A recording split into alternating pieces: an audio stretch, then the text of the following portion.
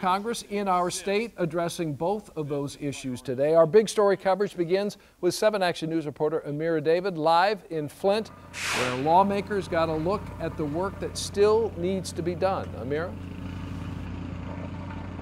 That's right, Dave, Heather. I am on the north side of the city, and as you can see right behind me here, construction is still underway. Now, this is exactly what D.C. lawmakers were taking a look at earlier today, observing lead pipes being replaced. But the good optics, not quite enough for some Flint area residents who tell me they are ready for this crisis to be over.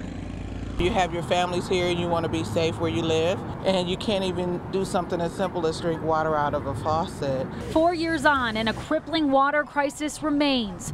So it's like, where's the relief for the people? Today, lawmakers from Washington paid a visit to Flint, hoping to restore faith that positive change is underway. What happened in Flint was a challenge to the conscience of our country.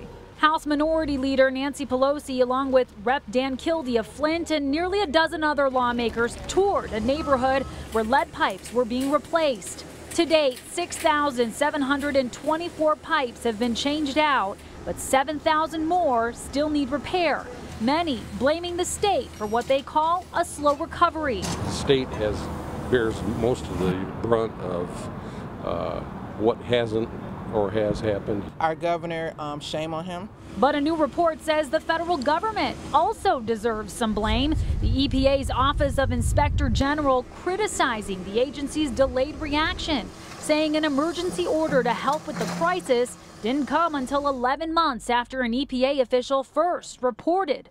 I believe it was a failure at the EPA. They should be much more aggressive in their oversight responsibilities. But more government oversight, not necessarily the silver bullet for those living here. None's ever happened, not even at the federal level. The city needs something. We need some kind of reassurance that we are being cared about, someone is actually paying attention to us. What would you say to those people out there who are skeptical, who are cynical, who aren't positive, who are down on city government, state government, and federal government right now? I think one of the biggest casualties of this crisis is the trust between people here in Flint and any institution. And I don't argue with that. I think the loss of trust is real, and I think it's legitimate. The frustration is certainly real. I spoke to lots of folks very concerned about when this is all going to be over.